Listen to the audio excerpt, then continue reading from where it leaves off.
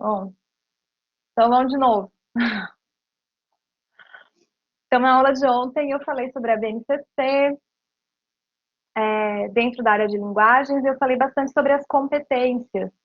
O que são essas competências, o que significam competências e qual é a diferença no entendimento entre competência e habilidade. A BNCC ela usa essas duas palavras para falar dos objetivos de aprendizagem, né? Aquilo que a gente, como professor, vai fazer o nosso planejamento, tem lá quais são os objetivos de aprendizagem, quer dizer, o que a gente quer que o aluno desenvolva, né? O que a gente quer que o aluno seja capaz de fazer, o que a gente quer que ele faça. Então, dentro desses objetivos é onde entram as competências, as habilidades. A competência, ela é entendida, então, como essa capacidade, uma capacidade para fazer alguma coisa. E a habilidade seria o, a prática, a realização de diferentes tarefas, atividades que requerem aquela competência. Né? Então, por exemplo, para que eu, por exemplo, consiga escrever um texto usando a ortografia correta da língua portuguesa, eu tenho que ter, essa é uma habilidade, então, escrever usando as regras ortográficas da língua portuguesa. Para que eu faça isso, para que eu consiga ter essa habilidade, eu tenho que ter a competência de leitura e escrita. Porque sem essa competência, sem a capacidade de ler e escrever, eu não tenho como desenvolver uma habilidade mais específica. Então, a competência é algo de natureza mais cognitiva, mais geral, e a habilidade tem a ver com a aplicação dessas capacidades, dessas competências, então. A gente vai falar com mais detalhes sobre as habilidades na próxima aula, porque aí a gente vai falar sobre os campos de atuação. Hoje a gente vai falar mais sobre Na verdade, eu vou falar um pouquinho das habilidades hoje também. Vou falar um pouco hoje e um pouco amanhã. Hoje eu vou falar mais a respeito dos eixos norteadores das competências e habilidades em língua portuguesa. Então, quando a gente abre a BNCC, a gente encontra lá um monte de vocabulário, uma série de terminologias, de palavras que meio que eles inventaram ali dentro da própria BNCC. E eles não explicam muito o que eles querem dizer com isso. Então, cabe a nós ler, tentar interpretar, né, fazer um sentido disso que está colocado ali. Então, eles tratam ali, por exemplo, de eixos norteadores das habilidades, das competências e habilidades. O que seriam esses eixos norteadores? Então, seria nada mais, nada menos do que o que a gente, quando trabalha com língua estrangeira, com segunda língua, língua adicional, etc., é o que nós chamamos de habilidades específicas ou seriam a forma como a gente consegue avaliar a proficiência nossa em uma língua. Então, eu consigo escutar e falar nessa língua, né? Que se alguém falar nessa língua, eu entendo. E eu consigo oralizar, consigo falar nessa língua. Eu consigo ler e entender essa língua, eu consigo escrever nessa língua, né? Então, esses eixos norteadores, eles são mais ou menos relacionados a essas habilidades que nós temos qual foi a palavra que eu acabei de falar que eu já esqueci, gente? Não é a nossa fluência, proficiência. São habilidades que costumam medir a nossa proficiência, quer dizer, o quanto que a gente domina uma língua, né? Então, assim, quanto que eu sou capaz de escutar e entender, quanto que eu sou capaz de falar, quanto que eu sou capaz de ler e entender, quanto que eu sou capaz de escrever. Então, esses eixos, eles se relacionam, não é exatamente isso, né? São exatamente esses os eixos, mas eles se correlacionam com essas habilidades que a gente costuma utilizar quando vai descrever ou tentar avaliar o quanto que uma pessoa domina uma língua, então o quanto que ela é proficiente numa língua.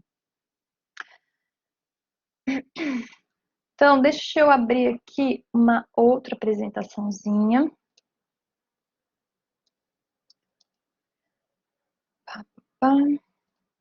Deixa eu compartilhar uma outra telinha aqui que tem um esqueminha para vocês poderem ver. Então, dentro da BNCC na área de língua portuguesa, né, ela coloca como objetivo da língua portuguesa dentro da BNCC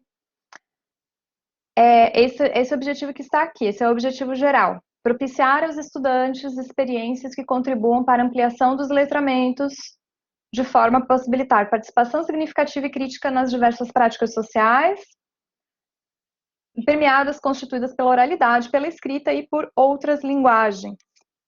Então, assim, a gente tem que entender, primeiro, que a BNCC, ela é tratada, quer dizer, a língua portuguesa, ela é tratada, ela é apresentada na BNCC como língua primeira, como língua materna. Então, a BNCC assume, né, esse documento, as pessoas que fizeram esse documento, assumem que a língua portuguesa será a língua materna, a língua primeira dos alunos que vão lá para o ensino fundamental.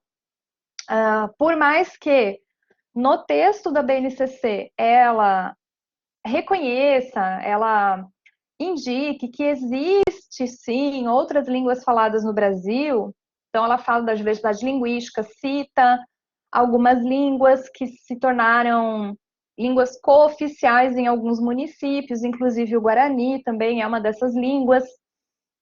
Então, assim, ela diz assim, olha, no Brasil são faladas outras línguas, existem essas outras línguas, então é importante reconhecer a diversidade do português do Brasil e a diversidade cultural do Brasil e tudo mais. Beleza. Mas, na hora de fazer as propostas aqui para o ensino, ela faz como se, assim, essas outras línguas que são as línguas adicionais e o português é a língua primeira. Né? Ela não dá nenhum tipo de tratamento diferenciado pensando o português como segunda língua. Não é verdade? Não sei o quanto que vocês já puderam estudar a BNCC ou ler o texto da BNCC, mas ela parte desse pressuposto que, bom, por mais que, né, por mais que reconheça que existe a diversidade linguística no Brasil, ela não faz não tem nenhuma sessão assim especial que mostre uma organização curricular pensando nas habilidades da língua portuguesa serem desenvolvidas como segunda língua. Ou seja, esse é um trabalho que fica para as escolas e para os professores. Resolver como que vão adaptar, como que vão implementar esses objetivos da BNCC, mas dentro de um contexto em que o português não é a língua primeira, mas sim é a língua segunda, certo? Então aí a gente já tem que entender essa diferença e entender que fica esse desafio para as comunidades que têm o português como língua segunda. Um pepino, né? Vamos dizer que quem elaborou ali quem elaborou ali a BNCC não pensou nessa parte, né? Eu sei que já existem movimentos, né? Já existem educadores, professores, pessoas de comunidades que já têm tentado criar parâmetros, criar orientações assim mais voltadas para esse cenário, mas a gente ainda não tem nenhuma do ponto de vista assim da estrutura curricular, a gente ainda não tem nada que seja uma proposta única, uma proposta determinada assim, né, pelo governo em relação ao ensino da língua, né, da língua portuguesa. dentro desses contextos. Então, o que a gente vai ter que fazer é entender quais que são as habilidades que estão sendo solicitadas e fazer ajustes, né? Fazer adequações ao contexto da escola, pensando, tendo essa compreensão que o português é uma segunda língua. Bom, ontem eu falei bastante aqui sobre as competências, tá? Eu não vou repetir essas competências hoje, estão lá, tem aqui nesse material e também tem lá no site que eu passei para vocês. Mas eu vou falar um pouco mais sobre, então, esses eixos norteadores das competências e habilidades. Então, a BNCC, ela vai, antes de apresentar quais que são as habilidades que devem ser desenvolvidas na escola, ela vai organizar essas habilidades aí nesses eixos, tá? Então, esses eixos norteadores, eles enfocam, então, eles instituem, né, 4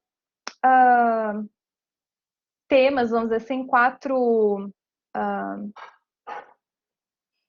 habilidades, né? É que eles usam esse termo habilidade para falar dos objetivos de aprendizagem, né? E essas, esses conceitos que aparecem aqui, leitura, produção de textos, oralidade, análise linguística, eles chamam isso de eixos norteadores. Pensando na ideia seguinte, bom, se eu tenho lá o eixo leitura, tem várias atividades que eu posso fazer na escola que envolvem leitura. Essas atividades não necessariamente são atividades que são puramente de leitura, porque uma habilidade, por exemplo, se eu peço para a criança ler uma lista de palavras, por exemplo, né? Peço para a criança ler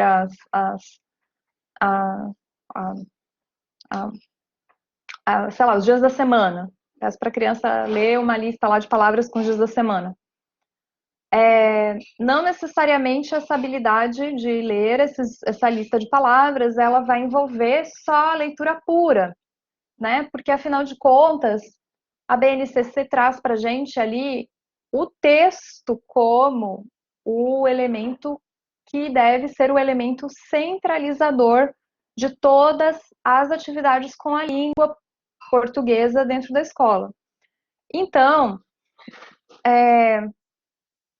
não faz sentido, por exemplo, atividades que sejam da criança ler listas de palavras isoladas. Mas ela vai se engajar em uma atividade de leitura que faça sentido, que tenha um contexto e que essa lista de palavras, ela represente um texto. Então, por exemplo, em vez de ser uma lista com os dias da semana, por que que não pode ser, então, a lista do material escolar? Ou a lista das tarefas que a criança faz em casa? Ou seja, coisas que são listas de coisas que você realmente faria dentro do seu cotidiano, listas de coisas que precisa comprar no mercado, sabe? Sei lá, lista a família lá das crianças faz artesanato. Então vamos fazer uma lista dos artesanatos que tem e o preço, por exemplo. Então, fazer uma tabela de preços. A criança vai fazer uma lista, vai aprender as palavras e os números. E um colega pode ler a lista para o outro para eles verem se eles têm as mesmas coisas ou coisas diferentes, se eles estão cobrando o mesmo preço ou preço diferente, sei lá. Então aí você vê que essa não é mais uma lista solta, mas é sim um texto que está inserido dentro de um contexto que faz sentido, né, para a criança.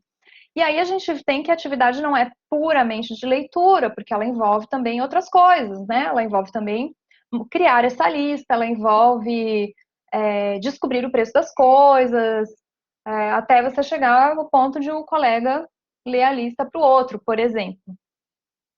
Então, é por isso que eles tratam dessa maneira como eixos norteadores, porque as atividades que a gente faz com a linguagem nunca são puras, né? nunca é só uma coisa, sempre são atividades integradas. Então, para dar essa sensação, essa noção de maior integração que existem entre os diversos componentes aí de uma atividade com língua, certo? Então, ela traz para a gente lá o eixo leitura, o eixo produção de textos, o eixo oralidade e o eixo análise linguística ou semiótica. Análise linguística e semiótica. A gente já viu essa palavra semiótica, que significa o estudo dos símbolos, quer dizer, o estudo das significações simbólicas. Então, aí entra, por exemplo, não só o estudo dos significados da língua, mas também das cores, das formas, dos sinais, dos gestos, certo? Então, se a gente, por exemplo, trabalhar com gestos, na nossa cultura, na cultura guarani, fazer um determinado gesto tem tal significado. E na cultura não indígena, no Brasil, se usa esse gesto também? Ele tem qual significado? Né? Então, por exemplo, a gente faz assim quando quer pedir silêncio. Na cultura guarani também se usa assim para fazer silêncio? Ou é outro gesto? Então, isso é uma análise semiótica que você está fazendo quando você está interpretando, buscando o significado dos gestos, por exemplo. Né? Também a gente pode analisar o significado das formas, das cores, né? Dos desenhos, enfim. Nas culturas indígenas tem muita possibilidade interessante de trabalhar com essa análise semiótica, por exemplo, nas pinturas corporais tradicionais, né, nas cores que são usadas para fazer os adereços, os próprios desenhos, né, os desenhos, por exemplo, dos trançados, das cestarias, as cores que são usadas, né? São cores, da onde que vem aquelas cores, por que se usam aquelas cores, por que o trançado é daquele jeito. Ele identifica, por exemplo, esse tipo de trançado quer dizer que é desse grupo, é daquela comunidade, já aquele outro trançado é característico de uma outra comunidade, então tem uma marca identitária, por exemplo, certo? Né, nosso trançado é feito desse jeito, o trançado do outro lá é feito de outro jeito. Por exemplo, isso são sentidos da identidade das comunidades que são transmitidos através das formas de arte, né, daquela comunidade. Então, isso faz parte da análise semiótica, por exemplo. Tá certo? Muito bem. Então, vamos dar uma olhadinha o que a BNCC nos traz a respeito desses conceitos aqui.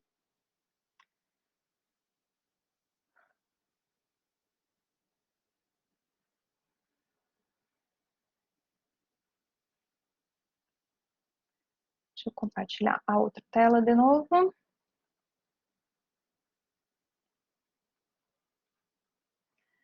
Muito bem. Então, o que nós temos aqui? Dentro do eixo oralidade, o nome já diz, né? Esse é fácil. Aprofunda os seus conhecimentos e o uso da língua oral, as características de interações discursivas, estratégias de fala e escuta em intercâmbios orais. Vejam, então, eixo oralidade não é só falar, mas também, escutar, estratégias de fala e de escuta. Então, quando nós trabalhamos com esse eixo oralidade, nós estamos trabalhando essas duas, os dois lados, né? Vamos dizer, de uma moeda, porque eu não falo se não tem alguém para escutar, e se eu estou falando, eu não estou escutando. Então, a gente trabalha essa relação. Então, estratégias de fala, escuta e intercâmbios orais. Então, por exemplo, quando que é a vez de cada um falar, como é que você usa a permissão para você tomar o turno, por exemplo, né, isso é um trabalho com língua portuguesa como segunda língua. Então, em Guarani, como é que você faz para falar, para pedir que é a sua vez de falar? Você está conversando com alguém, como é que você deixa a outra pessoa saber que você quer falar? Você faz um gesto, você diz uma palavra? E na língua portuguesa, como é que se faz? Se fala alguma coisa, se faz um gesto, ou fala por cima da pessoa? A gente costuma falar muito por cima da. Isso é uma característica do português falado no Brasil, de um falar por cima do outro. Certo? Então, isso é o eixo oralidade. No eixo análise linguística, semiótica, sistematiza-se a alfabetização. Então, a gente está pensando aqui no ensino fundamental nos anos iniciais, em que, nos primeiros anos, vai se reforçar, vai se criar, então, o domínio do código escrito, certo? Que é a alfabetização. Então, o objetivo dos 2 primeiros anos é alfabetizar a criança, ou seja, fazer com que ela domine aquele código escrito, de forma que, se ela ouvir uma palavra que ela não leu ainda, ela será capaz de escrever essa palavra. E se ela ver escrita uma palavra que ela também ainda nunca ouviu, ela vai ser capaz de ler esta palavra, certo? Então, a, a marca, né, ou a capacidade de ler e escrever com maestria é avaliada dessa maneira, né? A criança consegue ler palavras que ela nunca viu antes, nem nunca ouviu antes. A criança consegue escrever palavras que ela nunca antes viu escritas. É claro que, assim, a gente sabe que o sistema ortográfico do português tem irregularidades, então é possível que a criança cometa ainda alguns erros, certo? Nessa representação de uma palavra na forma escrita. Mas esses erros, o que que se espera? Que esses erros sejam erros motivados, ou seja, que a criança ela pode talvez confundir um M com um N antes de uma consoante, por exemplo, sei lá, a palavra pomba. É possível que a criança escreva pomba com N, porque ela ainda não aprendeu a regra que é da ortografia, que antes da bilabial eu tenho que usar uma outra bilabial, né? Se o b a gente pronuncia b, a gente pronuncia encostando os lábios, o m a gente também pronuncia encostando os lábios. Então é por isso que antes do p e do b se escreve com m. É só por conta dessa lógica, porque o som é igual, né? O som não faz diferença. Se fosse com M ou com N, era o mesmo som. E é por isso também que as alveolares, o T e o D, se escreve com a alveolar, que é o N, né? O alveolar, lembrando lá da fonética, lembram da fonética que alguém falou aí que estudou a fonética e não entendeu nada? A fonética, gente, para quem vai trabalhar com a alfabetização é muito importante, tá? Entender a articulação dos sons, quer dizer, quais são os movimentos que nós temos que fazer para falar, para produzir o som. Então, quando a gente tem as consoantes que a gente chama de alveolares, isso quer dizer que nossa língua encosta no alvéolo. O que é o alvéolo? Aula de linguística parece parece uma aula de línguas estrangeiras, né? Porque é um monte de palavra esquisita, um monte de palavra estranha. Então, o que são os alvéolos? O alvéolo é a parte da gengiva, da nossa gengiva, que fica logo atrás dos nossos dentes. Então, quando a gente encosta a língua, se a gente encostar a língua no dente atrás, e a gente subir um pouquinho, a gente vai encostar no alvéolo, tá? É uma parte da nossa gengiva que fica ali atrás, na parte de trás ali dos dentes.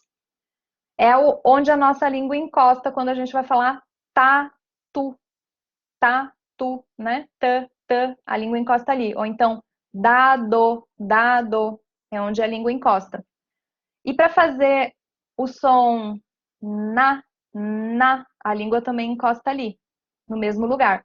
Então é por isso que antes da letra D e da letra T, o som nasal é representado com N, porque é uma alveolar antes de alveolar. Então a regra é por isso que a gente escreve pomba com M e, sei lá, ponta, a gente escreve com N. Pomba, ponta. Agora, o pom, o som do pom é igual. A gente podia muito bem escrever também ponta com um tio, né?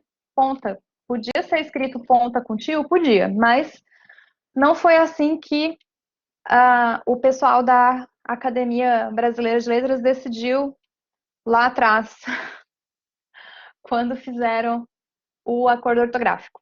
Então, não vamos escrever ponta com o tio, mas o som é o mesmo, né? O som do pomba, do ponta, do, do pomba e do ponta é o mesmo. Certo? Então, daí que vem, por exemplo, essa regra ortográfica. Mas é claro que a criança, muitas vezes, né, não vai saber essa regra. E aí ela pode trocar, ela pode se confundir. Onde que escreve com N, onde que escreve com M. E isso é muito comum. Então, a gente espera ver esse tipo de erro por parte das crianças. É porque elas ainda não têm essa familiaridade com essas normas que são próprias da escrita. Porque o som ele é igual, então a criança vai ficar na dúvida na hora de representar, certo? A gente chama isso aqui de dígrafo, né? O OM e o AN são dígrafos porque eles representam o mesmo som. Eu tenho mais de um grafema para representar o mesmo som, que é o um.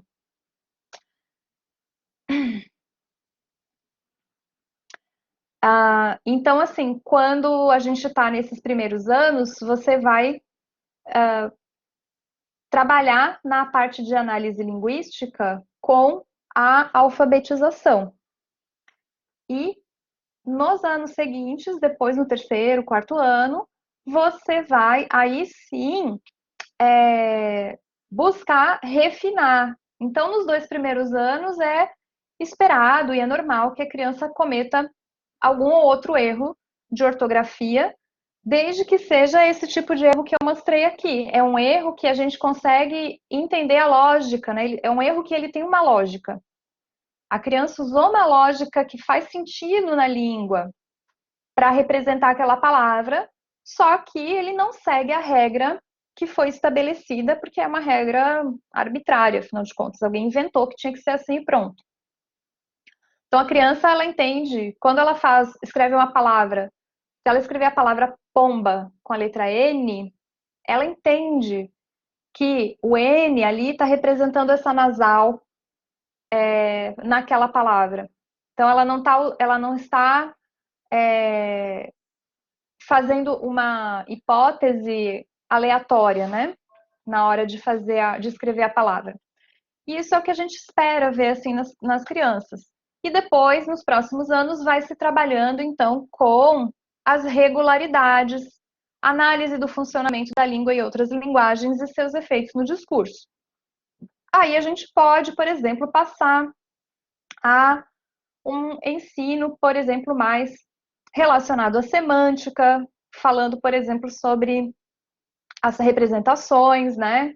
Palavras que a gente tem numa língua que representam certas coisas, às vezes palavras que uma língua tem, a outra língua não tem, e é interessante trabalhar num contexto intercultural, é interessante trabalhar com essa dinâmica que existem entre as línguas e as culturas, né?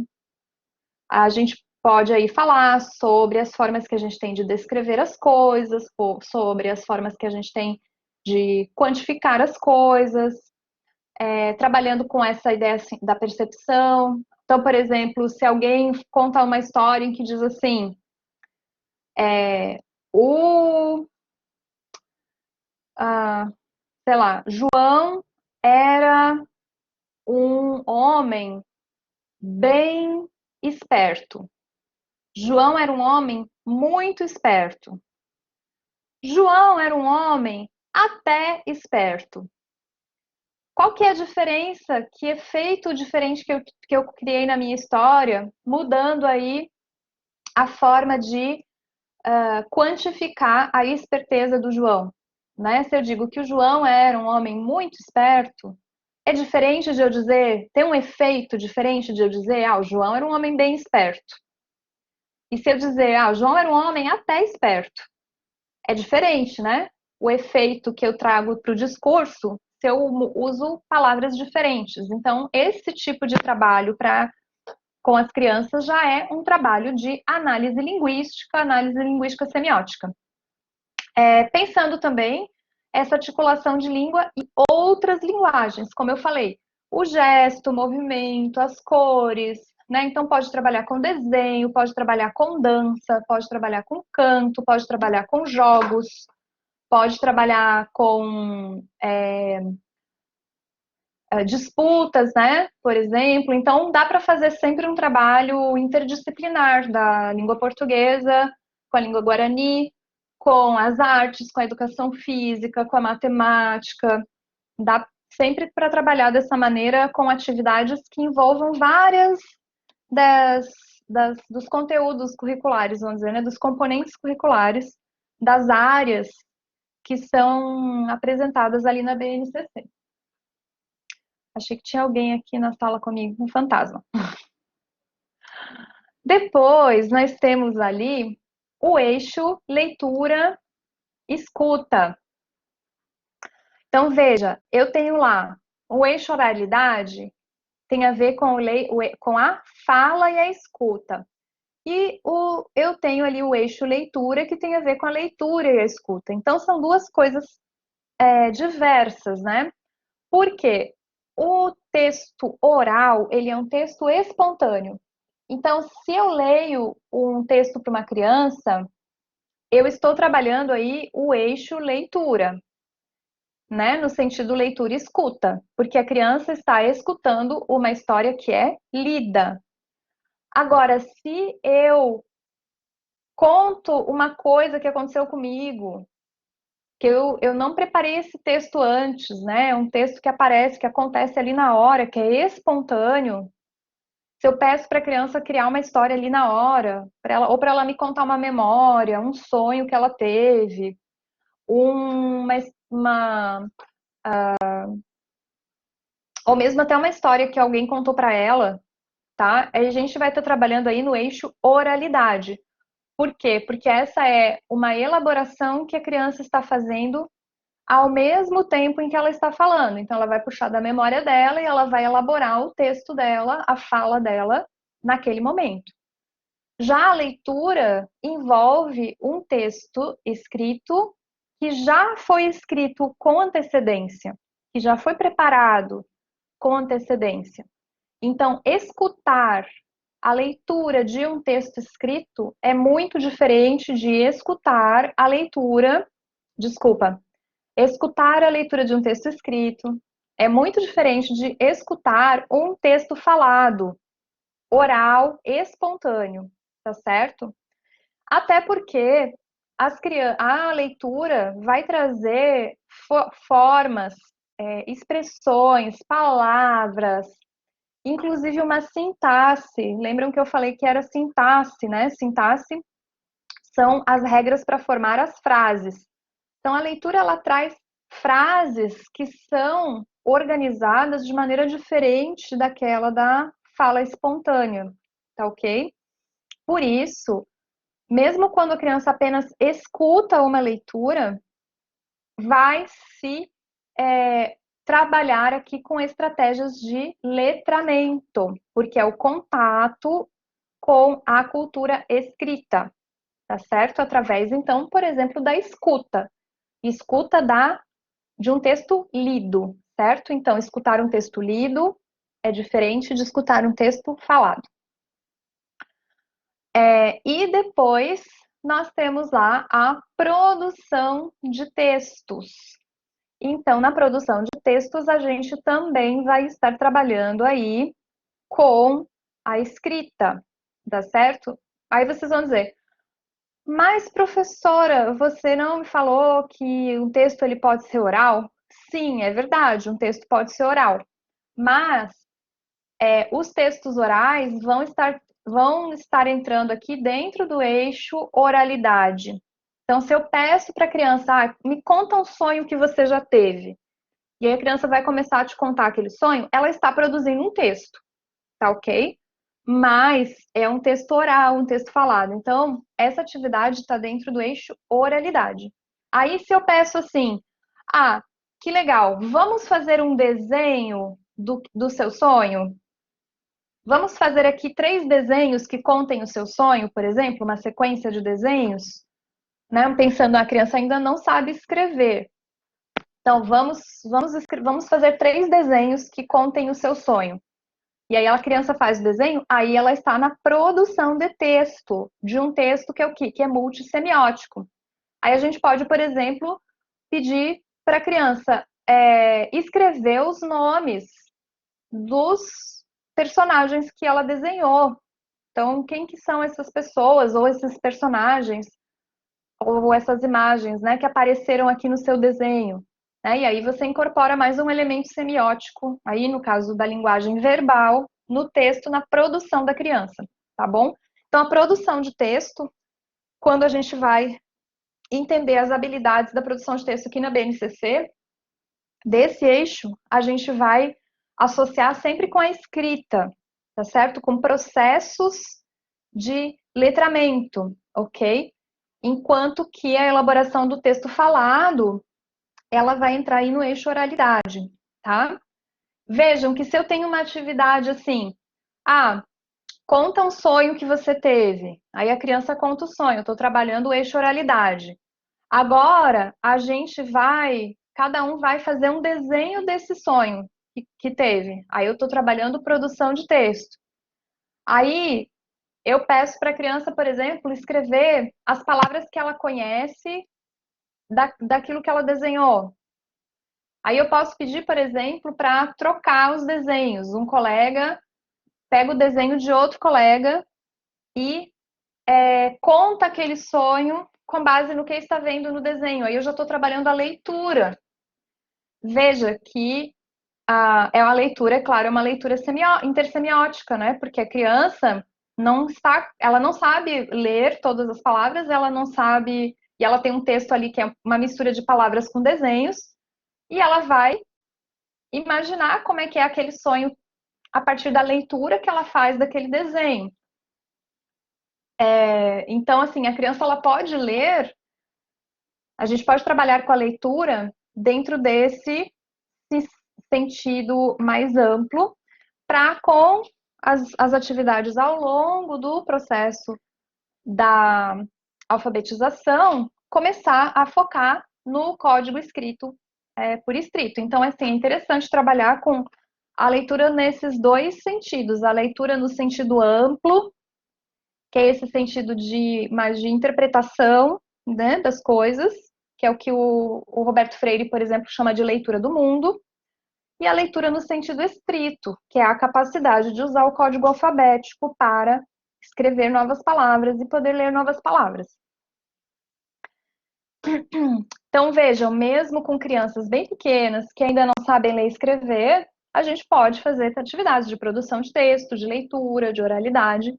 E onde é que fica a análise linguística? A análise linguística seria, por exemplo, no momento que você vai mostrar para a criança como que ela deve escrever aquelas palavras, né? Como que ela pode escrever o nome daqueles personagens, quais que são as regras que entram para representar na forma gráfica aquelas palavras. Então, esse é um exemplo de uma atividade que envolve aí várias etapas, né? Cada etapa, uma etapa está ligada na outra, que envolve aí todos os eixos. Então, em um momento eu enfoco na oralidade, depois eu enfoco na análise linguística, depois eu enfoco na produção de texto, depois eu enfoco na leitura, trabalhando então todos esses eixos e ao mesmo tempo trabalhando várias habilidades. certo? As habilidades, elas aparecem aqui nos quadros, né? Que estão aqui. Então, por exemplo,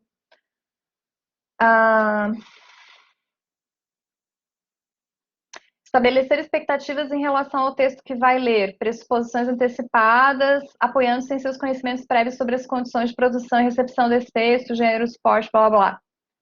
Então, por exemplo, se você fala para as crianças assim, eu vou ler uma história para vocês. Hoje a gente vai ouvir uma história. Você pega um livrinho lá da biblioteca e aí você mostra o livrinho para as crianças e aí você pergunta sobre o que vocês acham que vai ser essa história. Aí as crianças, com base nas histórias que elas já ouviram, com base no livro que você está mostrando, nas figuras, etc., elas vão fazer expectativas, né? Que é isso que a gente faz quando a gente pega um livro na mão e vai ler aquele livro, né? Por exemplo, eu pego esse livro aqui na mão, tá dito assim, Semântica para a Educação Básica. Então, qual é a expectativa que eu tenho, o que eu vou encontrar aqui nesse livro? Daí eu vejo ali o nome do autor. É um autor que eu já conheço? Eu já conheço esse autor, eu já tenho outro livro dele. Então, eu sei mais ou menos o estilo, né, do livro, como é que vai ser escrito, que tipo de forma que o autor vai apresentar as ideias dele. Então, eu tenho expectativas, e essas expectativas, elas são uma estratégia de leitura, porque elas ajudam a ativar, né, conhecimentos que eu já tenho a respeito daquele assunto. Elas como se me preparassem para entender melhor e mais rápido o texto que eu estou escutando, o texto que eu estou lendo ou que alguém está lendo para mim. E o que é interessante também, por exemplo, nas histórias, o que é o interessante, né? A gente, por exemplo, a gente vai aprendendo, vai crescendo, e a gente vai aprendendo, sei lá, que as histórias elas têm um final feliz, sei lá. E aí, quando a história tem um final triste, a gente fica, como assim, né? Como assim ele morreu? Como assim deu errado? Então, ou pelo contrário, a gente pode de repente ter. Eu sei que tem muito folclore, muita história indígena que tem um monte de tragédia, assim, né? A pessoa morre, arranca o olho, tem, tem as histórias indígenas são bem diferentes, assim, das histórias que a gente escuta normalmente quando é criança dentro da tradição não indígena, são histórias é, talvez mais assustadoras, assim. Foi lá e aí é, a, a, é, a criança morreu. Daí choraram, choraram, choraram, nasceu uma planta. Então, assim, é da tristeza, né? Sempre tem muito assim do sofrimento, da tristeza, acontece alguma coisa, tem um ensinamento a partir daquilo ali. Essa é a história da erva mate, por exemplo, né?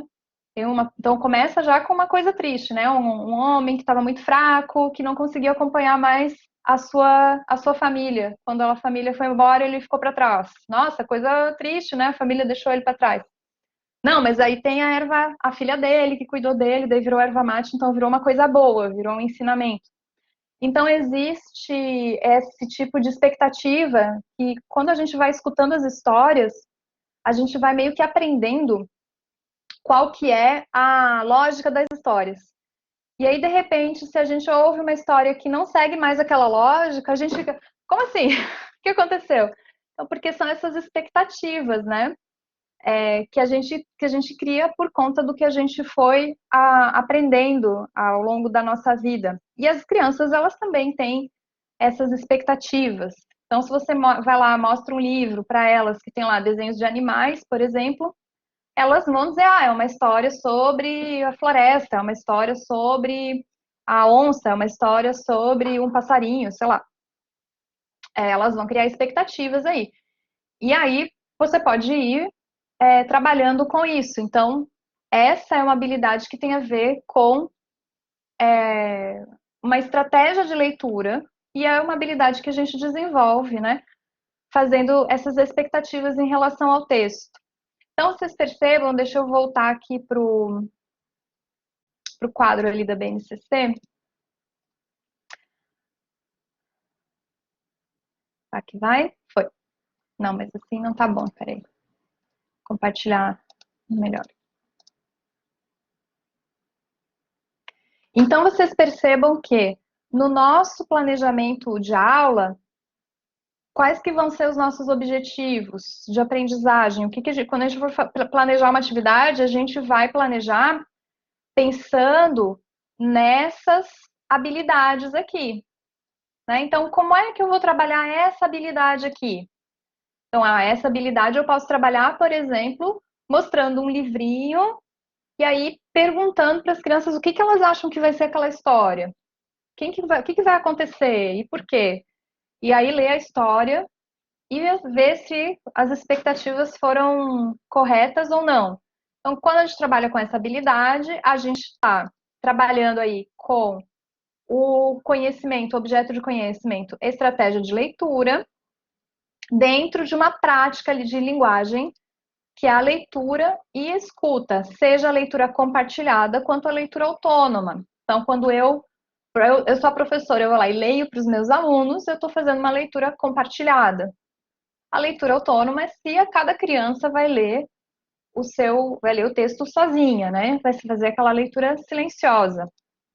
Então, vocês estão vendo aqui no quadro da BNCC que ela organiza os objetivos de aprendizagem aqui nas habilidades conforme as práticas de linguagem, que são esses eixos que a gente acabou de ver: leitura, produção de textos, oralidade e análise linguística. Peraí, cadê? Aqui, análise linguística semiótica, então, alfabetização. Aí você veja que nós temos lá quais são os conhecimentos, né, os objetos de conhecimento. Conhecimento do alfabeto, construção do sistema alfabético, vejam, são todas questões relacionadas aqui à alfabetização.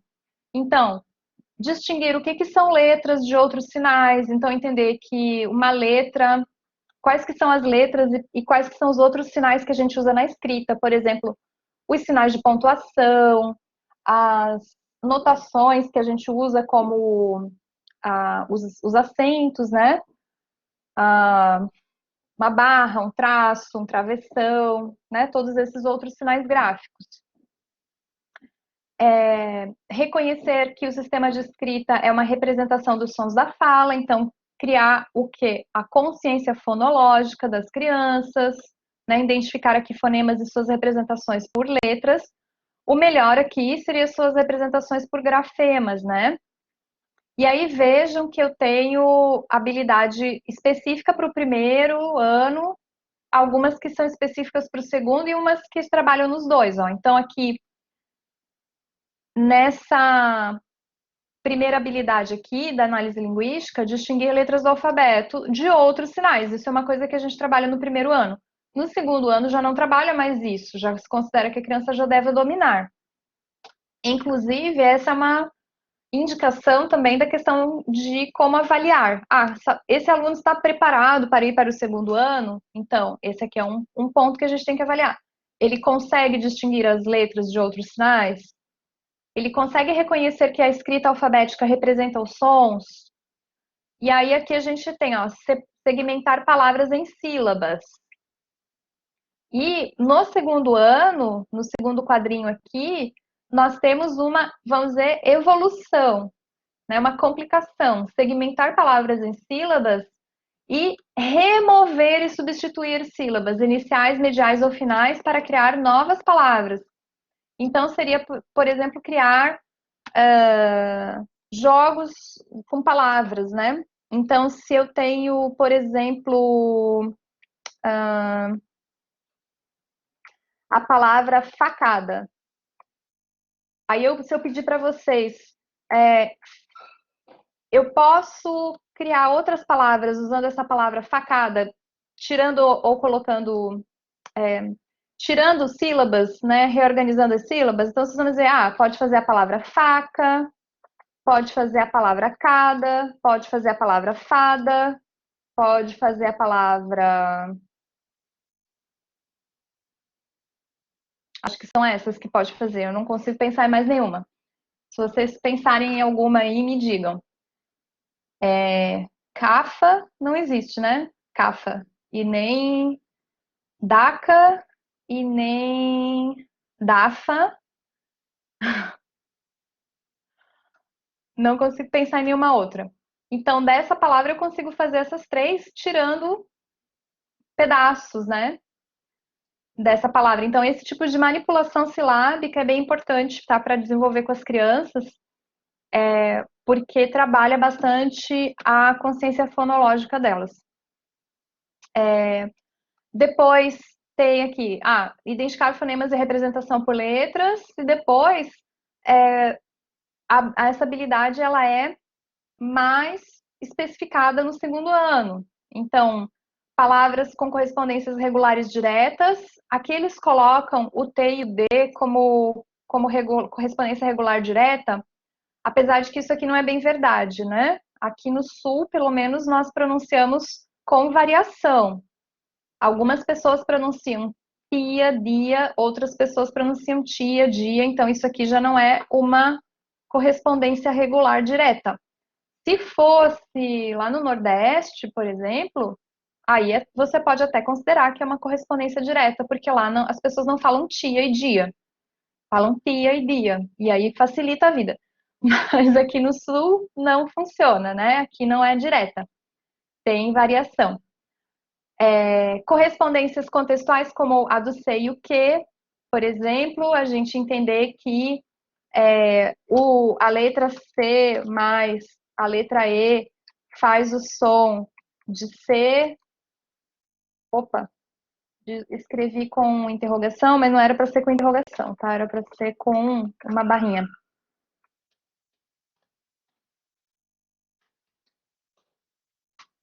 Assim. Quando a gente vê uma palavra assim escrita entre as barrinhas, é porque a gente está representando o som, tá? Seria uma qual que é o som que a gente tem com aqueles sinais. E que se eu quero, por exemplo, escrever, então, queijo, eu não posso escrever com a letra C, eu tenho que escrever com Q, né? QU, para escrever queijo. Senão fica sejo, e daí não existe o sejo, só existe o queijo. Então, esse tipo de coisa que já é para trabalhar no segundo ano. Enfim, vocês podem perceber pela organização aqui, ó, das habilidades, que a gente vai planejando, vai fazendo um planejamento conforme esses objetivos aqui. E esses objetivos, eles vão remeter a esses eixos diferentes, né? Então, os eixos relacionados às práticas de linguagem, quer dizer, o que, que nós fazemos com a língua, com diferentes objetos do conhecimento, que seria uma forma mais abrangente, vamos dizer assim, para organizar aqui essas habilidades, tá?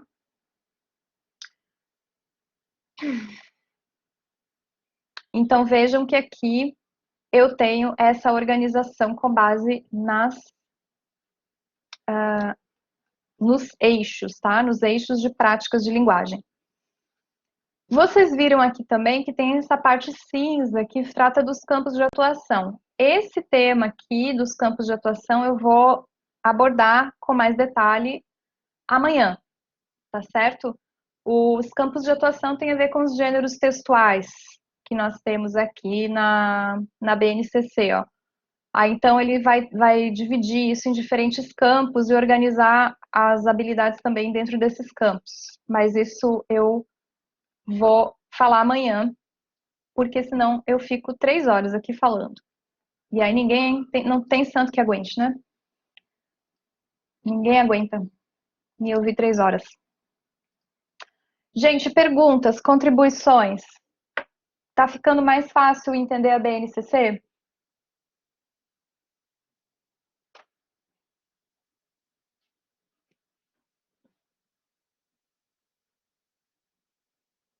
Quero ouvir vocês um pouquinho. Ediane, faz tempo que eu não te vejo aqui, Ediane. Tudo bom contigo? Tá conseguindo usar o microfone? Tô. E aí, Ediane, tem alguma pergunta ou você tem alguma colocação que você gostaria de falar para a gente sobre a BNCC e a língua portuguesa?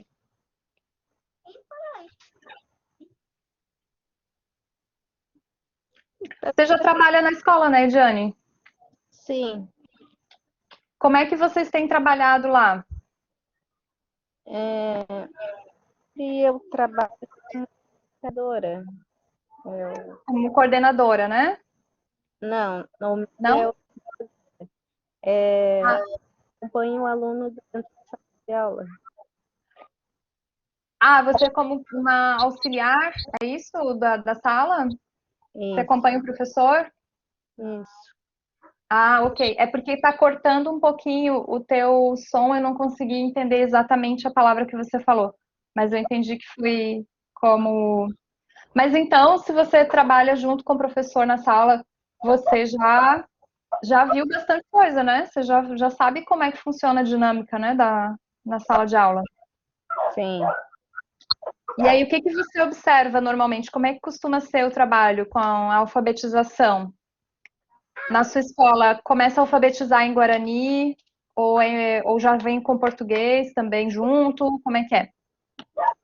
Na verdade, eu trabalho numa escola fora da aldeia. Eu, Ah, ok. Então né, trabalha com língua portuguesa como língua materna lá. isso, com a língua portuguesa. Tá Aí, bom. sua passagem da língua portuguesa para o Guarani para os alunos. Entendi. Mas Tá, eu tô ouvindo os seus cachorros aí atrás. tem uns assim aqui.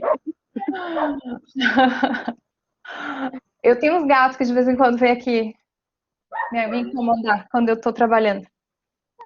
Ah, eu tenho gato, 3 gatos. Ah, é? Tem gato também. Que bom. Eu gosto de gato. Cachorro também gosto, mas cachorro é mais difícil em apartamento, né? Né? Dá dó de ter o bichinho muito preso. Tá, Tá mas certo, Jane. a sala de aula ali, assim, eu trabalhei com três professores, né, Uhum, de ensino, educação portuguesa. entendi. É, tenho, como nas outras aulas eu falar, né, tem um ensino tradicional ali, que você coloca lá, e a professora ensina da letra do alfabeto, né? Já teve outro professor que já foi mais dinâmico, ele já trabalhou mais com a oralidade e figura, e já teve a outra professora que trabalhou os dois juntos, mas de uma maneira diferente. Eu achei interessante a maneira que ela trabalhou, porque ela a letra, é, a, enfim, a brincadeira que ela fez, no caso, que Uhum, chamou a atenção, foi que ela colocou os alunos que tinham um nomezinho deles, né, que tinha a sua primeira letra ali, ela associava a letra a uma pessoa, ou a um bichinho, alguma coisa assim, né? Para ajudar na memorização, né? Para as crianças lembrarem do som daquela letra. Isso. Uhum. A minha mãe trabalhava assim também. Ela trabalhava muito com os nomes, assim, né? Esse é o C da Carolina. Então, Isso. como é que é o nome da Carolina? K, daí lembrava que era K, que o C era o som do K. Ia fazendo assim. É, é, é diferente trabalhar com outra pessoa que já está trabalhando do que você, porque você vai aprendendo, né? Sim, vai tendo uma experiência, com certeza. E vai Uhum. vendo o que que dá mais resultado com os alunos também, né? Isso.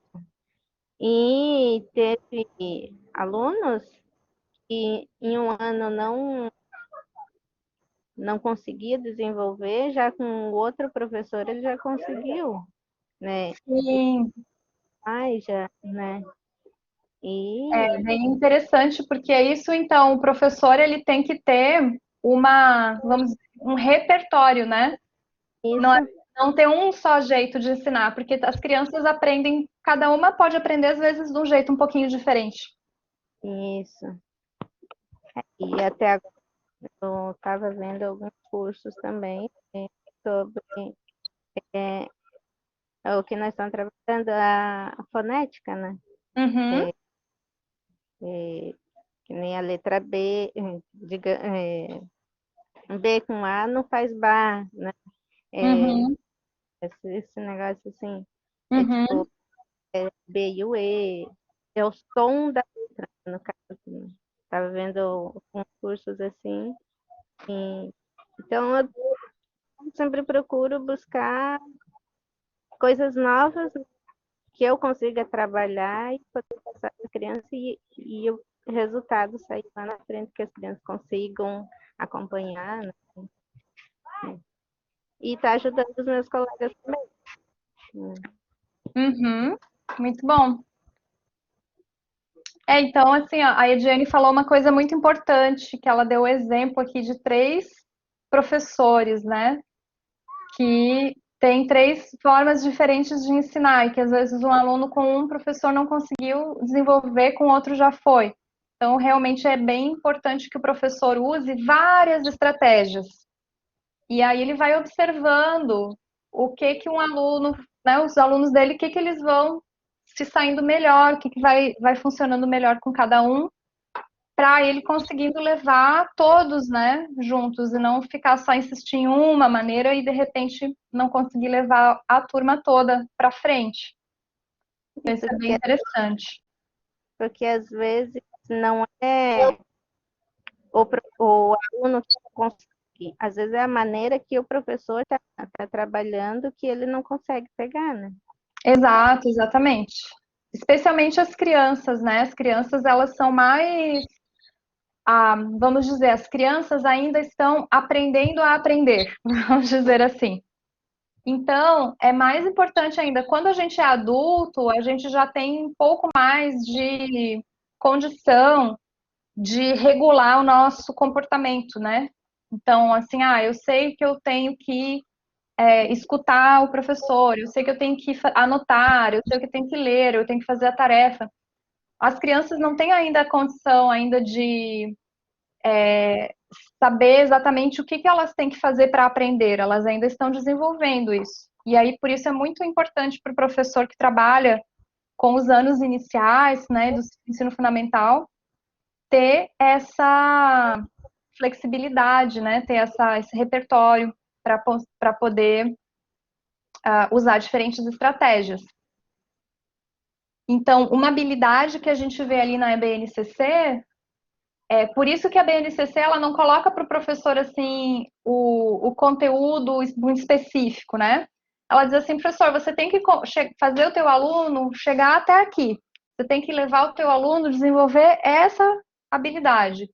Como que você vai fazer isso? Aí é dentro do planejamento da escola, dentro das estratégias do professor, considerando a turma dele, para ele poder fazer essa decisão, né, de como é que ele vai trabalhar, como, né, a metodologia. Mais alguém, gente, tem alguma coisa para compartilhar?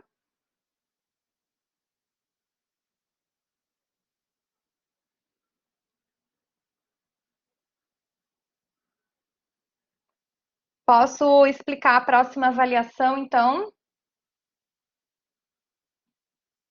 Sim, professora. Sim, professor. Então tá, vou mostrar aqui a próxima avaliação. Então, aqui lembrando, né, a gente já temos a quarta avaliação, a gente está chegando no final do curso já. A gente tem mais uma, duas, três, quatro aulas só. Essa avaliação aqui eu coloquei com data de entrega para o dia 15, tá? Para vocês. Então, segunda-feira. E aqui a gente vai, como eu falei, já começando a pensar em atividades para a escola, né? Para aplicar os conhecimentos que vocês têm desenvolvido até aqui no percurso de vocês para aplicar na escola. Então, o que eu quero que vocês façam? Descreva 8 atividades que podem ser feitas nos anos iniciais do ensino fundamental que trabalhem com a língua portuguesa. Pode ser somente a língua portuguesa ou pode ser a língua portuguesa integrada, relacionada com a língua materna, tá? Pode ser as duas coisas. Então, o que aqui são... Não, peraí, eu falei 8, mas não são 8 aqui. São 10.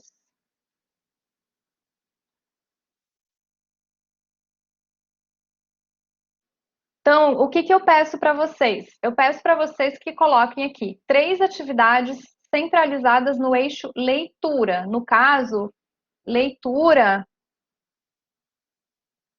Ixi, faltou aqui. Para aí. Então, leitura para e pela criança, tá? Então, leitura para a criança ou leitura pela criança, as duas coisas. Ou uma ou outra, mas enfim, isso que seria a leitura. Lembrando que leitura tem a ver com sempre a leitura de um texto escrito, tá? Seja um texto verbal ou um texto não verbal, multissemiótico. Então, se a criança tem um desenho com palavras, ela pode fazer uma leitura. Gente, essas atividades aqui, vocês podem pesquisar, tá? Pesquisar na internet, pesquisar em materiais didáticos, pesquisar nos materiais que talvez vocês tenham da escola, se aqueles de vocês que já trabalham com a escola, ou que vocês já viram sendo realizados. O professor fez atividade assim, ou a professora usou um jogo da não sei como, que eu acho que encaixa aqui, tá certo? Então aqui é o momento de usar a criatividade de vocês também podem inventar atividades, como podem também pesquisar atividades para usar, para sugerir aqui, tá bom? Então vocês vão descrever aqui para mim. Por exemplo, ler uma historinha para criança, tá? Isso é uma atividade centrada no eixo leitura, por exemplo, tá? Então, 3 atividades diferentes, né? Vocês não vão colocar aqui ler uma historinha, ler outra historinha. Que é a mesma coisa, tá bom? 3 atividades diferentes aqui. Questão 2, 3 atividades centralizadas no eixo oralidade, quer dizer, produção oral da criança. Então, como é que a gente poderia, lá nos anos iniciais, incentivar a produção oral da criança? Pensando na língua portuguesa, tá? Porque é o nosso curso aqui é de língua portuguesa. Então, vocês podem considerar assim, dentro do contexto da minha comunidade, as crianças que estão em idade de ir para o ensino fundamental, normalmente qual que é o domínio de português delas? Elas já falam algumas palavras, elas já conseguem se comunicar, como é que é? E aí pensem em atividades que façam sentido dentro do contexto de vocês, tá? Questão 3, 2 atividades centralizadas no eixo produção de texto. Sendo uma produção da criança, pode ser uma escrita ou multissemiótica, quer dizer, a criança escrever alguma coisa, aí a gente tem que pressupor que ela já tem o domínio de algum domínio básico, pelo menos, da escrita, ou também pode ser multissemiótica, como eu falei, usando desenhos, tá? Também pode ser colagens, ok? Depois, a questão 4, análise linguística semiótica, ou seja, análise feita pela criança. No caso nosso aqui, trata-se da alfabetização, tá? Quer dizer, por exemplo, quando a criança está escrevendo escrevendo as palavras, aprendendo a escrever as palavras e aprendendo a relacionar a letra com o som, ela está fazendo uma análise, né, na cabeça dela. É inconsciente, claro, mas ela está fazendo essa análise, tá? Então, aqui seriam duas atividades voltadas para a alfabetização em língua portuguesa, tá bom? Então, essa aqui é a avaliação 4. Podem pesquisar, podem pegar atividades da internet, podem pegar atividades em materiais didáticos, em apostilas, podem perguntar para o amigo, para a amiga, podem ligar para o professor, tá? Podem fazer uma pesquisa aqui para sugerir essas atividades. Nas próximas atividades, a gente vai ir aproveitando essas sugestões para ir construindo planejamentos mais complexos. Certo, gente? Deu para entender? Ficou entendida a avaliação?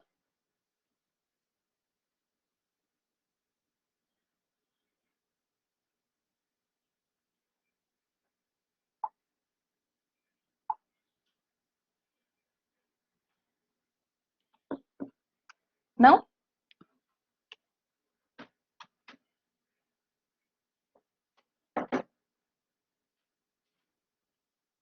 Querem que eu explique de novo?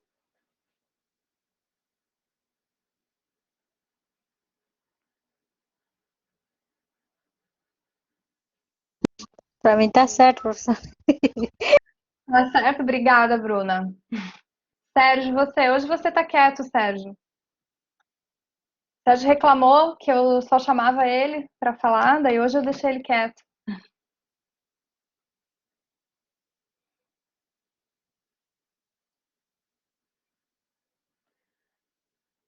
O Sérgio dormiu, gente. Ele ligou o computador e aí ele dormiu.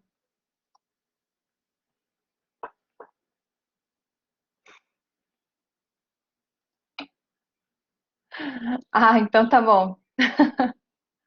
Então, obrigada, pessoal, por me acompanharem na aula de hoje. Obrigada pelas contribuições. E a gente se encontra de novo amanhã.